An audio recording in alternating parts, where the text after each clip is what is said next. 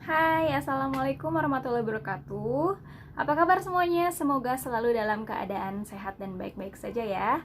Di video kali ini saya akan menjelaskan materi dari pelajaran histologi, dan materi yang akan dijelaskan hari ini adalah tentang definisi dari histologi. Kira-kira kalian udah tahu nggak histologi itu apa? Kita langsung aja ya ke materinya. Jadi, histologi itu merupakan cabang dari ilmu biologi yang mempelajari tentang struktur jaringan secara detail menggunakan mikroskop. Atau juga bisa juga disebut dengan ilmu yang mempelajari anatomi dari susunan setiap jaringan organ tubuh dengan menggunakan mikroskop. Jadi, jaringan di sini bukan jaringan untuk telekomunikasi atau apapun ya, tapi jaringan tubuh. Nah, jaringan itu kan terdiri dari sekumpulan sel. Nah, jadi di pelajaran histologi ini atau ilmu histologi ini, jadi dia itu mempelajari jaringan-jaringan yang ada di dalam tubuh. Seperti itu ya.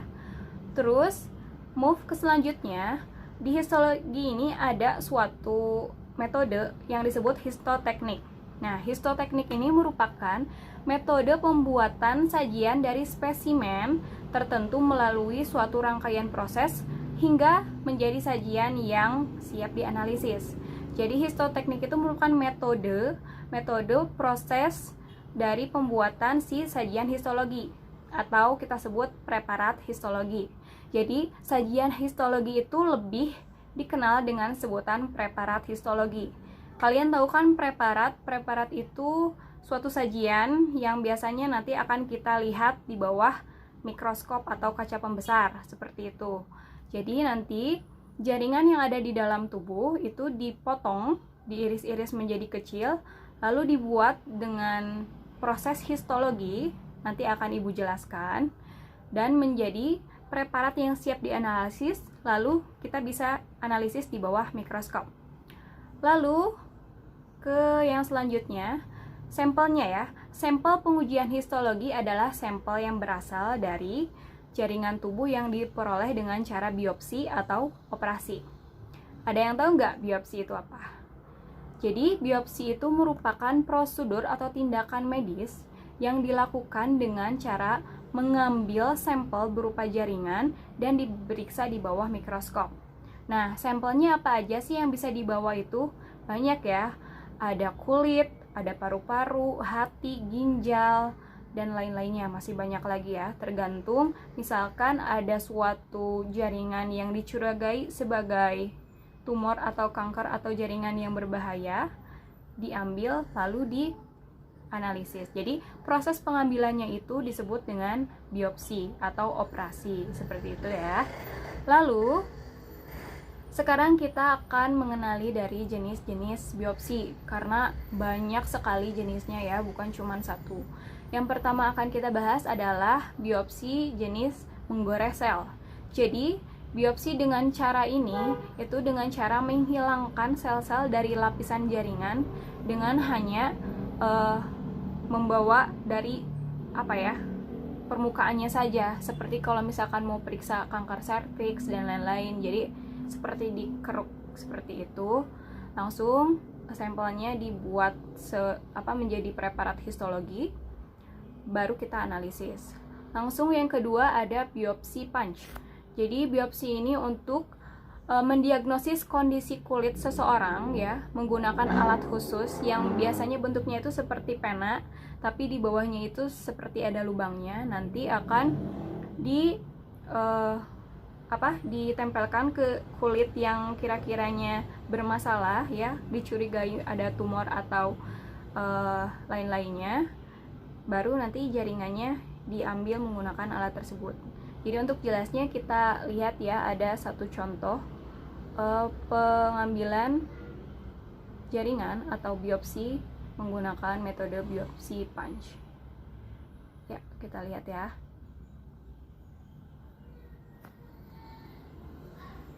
Nah, ini ya. Jadi pertama-tama itu disiapkan dulu alat dan bahannya, pastinya ya harus sudah siap, dan yang mengambil jaringannya itu bukan kita ya, tapi dokter, karena kita hanya berwenang untuk melakukan proses pembuatan preparatnya saja. Jadi untuk pengambilan jaringan ataupun nanti pembacaan jaringan itu dilakukan oleh dokter. Nah, khususnya dokter patologi anatomi, spesialis patologi anatomi ya. Nah, seperti dilihat tadi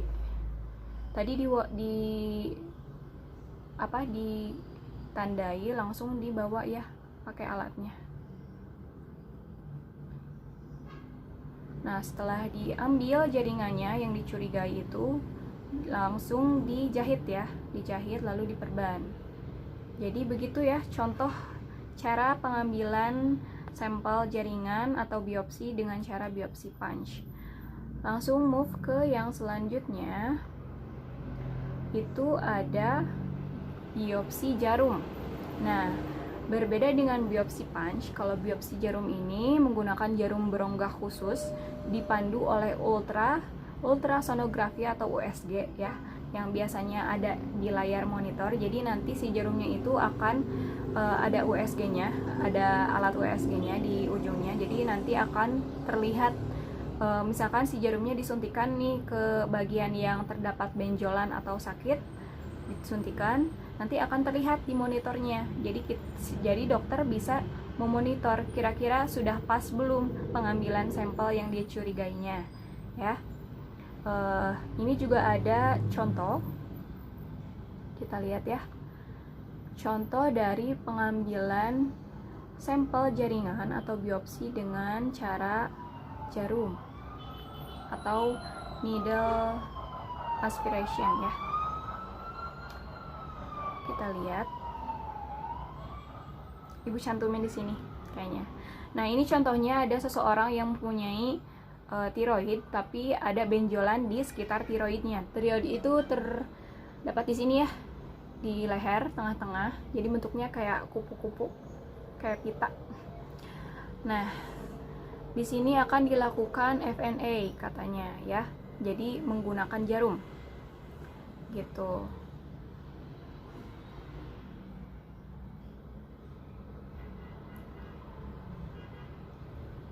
Nah, ini nanti pasti akan dilakukan dulu pemeriksaan sebelumnya, jadi nggak langsung dibawa, tapi pasti pakai USG-nya khusus. Tuh ada si pasiennya di anestesi biar nggak kerasa sakit pas pengambilan jaringannya. Langsung dilihat dulu oleh dokter spesialis, dilihat dulu di mana letak tiroid, benjolan tiroid yang bermasalahnya. Langsung diberi anestesi lagi. Nah, ini baru langsung dilakukan pengambilan ya. Pengambilannya itu menggunakan jarum suntik, tapi khusus, dia tuh ada USG-nya, jadi kelihatan di monitor, jadi bisa dipantau oleh dokter. Nah, itu yang diberi tanda panah itu ada itu ya, jarum suntik yang bergerak-gerak seperti itu. Jadi dia itu ada proses untuk pengambilan juga, pengambilan si sampel tadi. Nah, setelah itu baru diproses menjadi suatu preparat histologi, baru bisa didiagnosa. Seperti itu ya. Gitu kira-kira.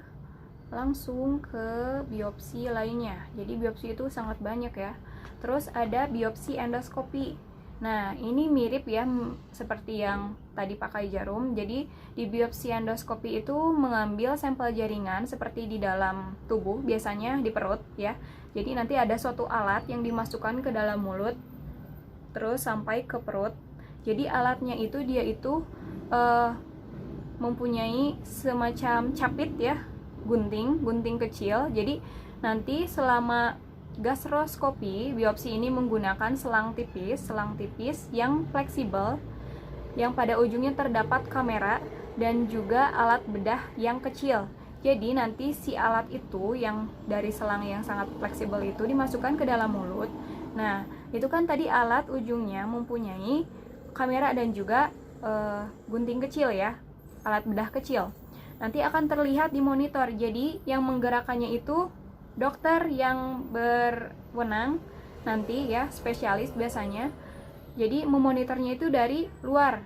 dari monitor melihatnya gitu ya, dimasukkan. Jadi nanti akan kelihatan misalkan si alat itu udah sampai mana, dan kira-kira misalkan sudah sampai di perut misalkan ya, di usus yang bermasalah di titik itu, baru nanti si alat itu akan melakukan sedikit pengambilan sampel ya dari situ.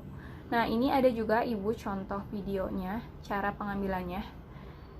Seperti ini ya prosedurnya. Agak ngeri sedikit, nggak apa-apa ya. Nah, ini tuh, jadi alatnya masuk ke dalam usus. Itu usus ya, usus manusia. Dimasukkan. Tuh. Sampai nanti ketemu si benjolan itu ya, yang dicurigai sebagai tumor atau kanker atau apapun itu yang berbahaya. Nah, itu ada mungkin sisa-sisa makanan. Nah, itu kan agak itu ya, seperti ada benjolan. Nah, sepertinya itu akan diambil. Nanti akan keluar. Ini akan menggunakan kamera di selang itu ya, di alat itu.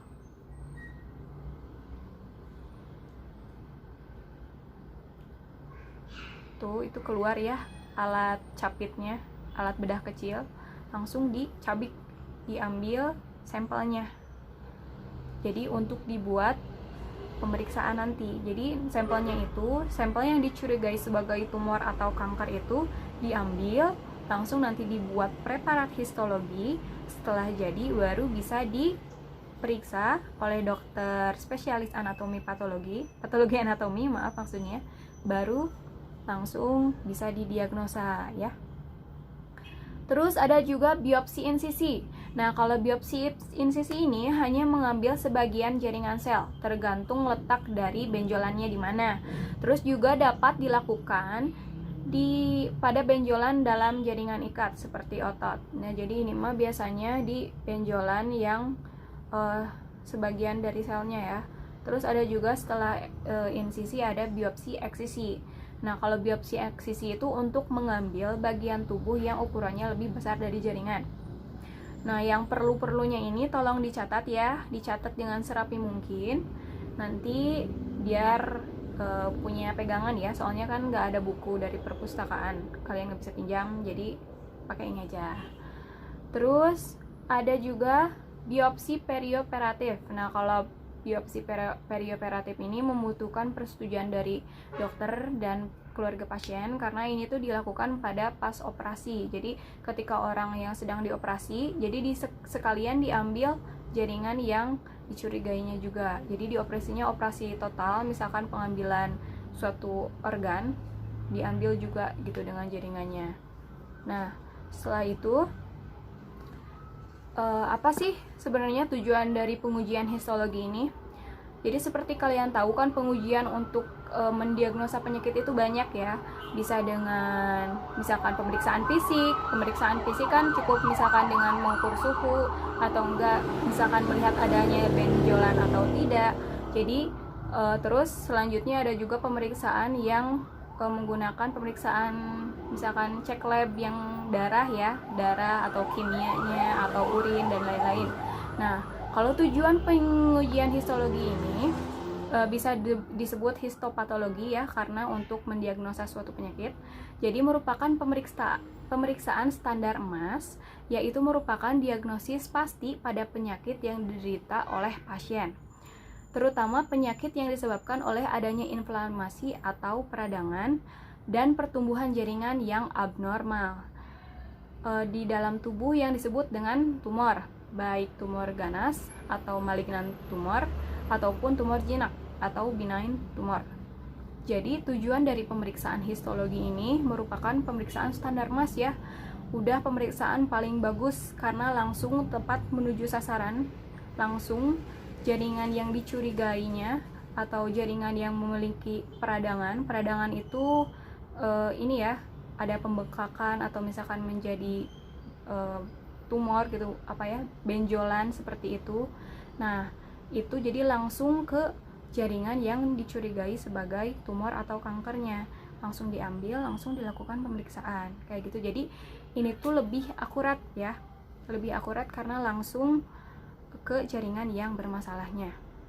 Terus kita pindah lagi, ini ada persiapan pengujian histologi. Ada ya, Ibu cantumkan di sini. Yang pertama itu ada talenan. Kalian tahu kan talenan pasti ya, udah sering lihat di rumah. Jadi talenan yang ada di lab patologi ini tuh berbeda dengan talenan di dapur kalian. Bukan berbeda bentuknya, sama ya bentuknya, sama seperti ya talenan seperti pada umumnya. Biasanya terbuat dari kayu atau plastik, tapi fungsinya di sini bukan untuk memotong sayur seperti di dapur ya. Jadi ini tuh untuk memotong jaringan yang sudah di biopsi ya. Jadi jaringan yang sudah dibiopsi oleh dokter dikirimkan ke lab patologi. Lalu oleh seorang analis nanti si jaringan ini dipotong menggunakan talenan ini ya.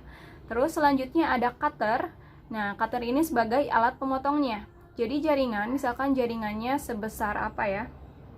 Sebesar inilah ya, sebesar ini, nanti dipotong menjadi lebih kecil menggunakan cutter tadi. Terus ada juga pinset. Pinset di sini itu berfungsi untuk mengambil jaringan yang sudah dipotong. Jadi jangan pakai tangan ya. Biarpun pakai handscoon tapi nggak boleh pakai tangan gitu pengambilannya, karena takut si jaringannya rusak. Karena kan biasanya jaringan jadi lebih kecil, dan kan jaringan itu biasanya menjadi lebih apa ya? Jadi dia itu tidak keras ya, jadi gampang hancur gitu ya, takut hancur. Terus ada juga yang di bawah yang putih ada garis-garisnya itu namakan kaset ya. Kaset itu jadi tempat khusus, biasanya ukurannya 3 x 4 x 1 cm untuk menyimpan jaringan yang sudah dipotong-potong kecil tadi. Disimpanlah di dalam kaset itu, di dalam kaset. Terus di sebelahnya ada kayak wadah akrilik atau kaca yang kecil ya, ukurannya sekitar kecil lah pokoknya mah. Nah itu tuh untuk ini mewarnai ya, jadi staining jar namanya. Jadi nanti jaringan itu akan diwarnai. Kenapa diwarnai? Jadi agar memudahkan nanti pas pemeriksaan oleh dokter. Jadi bisa dilihat sel yang abnormalnya yang mana dan yang normalnya yang mana, seperti itu. Terus yang di sisinya ada jar-jar apa ya, jar toples toples. Jadi toples itu untuk melakukan proses pembuatan preparatnya ya. Jadi nanti tuh akan dimasukkan si preparat yang udah di dalam kaset tadi ke dalam jar-jar itu untuk dari fiksasi, clearing dan lain-lain. Itu nanti akan Ibu jelaskan di penjelasan selanjutnya ya. Terus yang selanjutnya ada mikrotom. Nah, mikrotom itu merupakan alat untuk memotong jaringan yang sudah menjadi keras, yang sudah diproses. Nah, dipotongnya itu dengan ketebalan yang sangat tipis, yaitu 3 sampai 7 nanometer. 4 sampai 7 ya, maaf, saya salah. Terus, ada yang selanjutnya, itu ada water bath. Water bath itu pemanas air ya, jadi kayak semacam wadah, bukan wadah, alat. Jadi alatnya itu kayak ada baknya. Nah, baknya itu bisa nanti menggunakan pengaturnya itu untuk memanaskan air yang ada di situ. Terus itu ada objek glass, ada kuas, ada label untuk nanti menamai jaringannya biar tidak tertukar, dan juga ada mikroskop pastinya, dan juga itu ada cetakan ya. Yang di bawah itu yang terbuat dari tembaga biasanya atau stainless. Itu cetakan untuk jaringan. Jadi nanti untuk membentuk jaringannya menjadi kotak atau kubus seperti itu. Jadi kira-kiranya penjelasan awal tentang histologi itu seperti itu ya. Kalau misalkan kalian kurang paham bisa ditanyakan langsung kepada Ibu. Mohon maaf ya apabila Ibu banyak kesalahan pelafalan kata. Terus terima kasih sudah menonton. Assalamualaikum warahmatullahi wabarakatuh.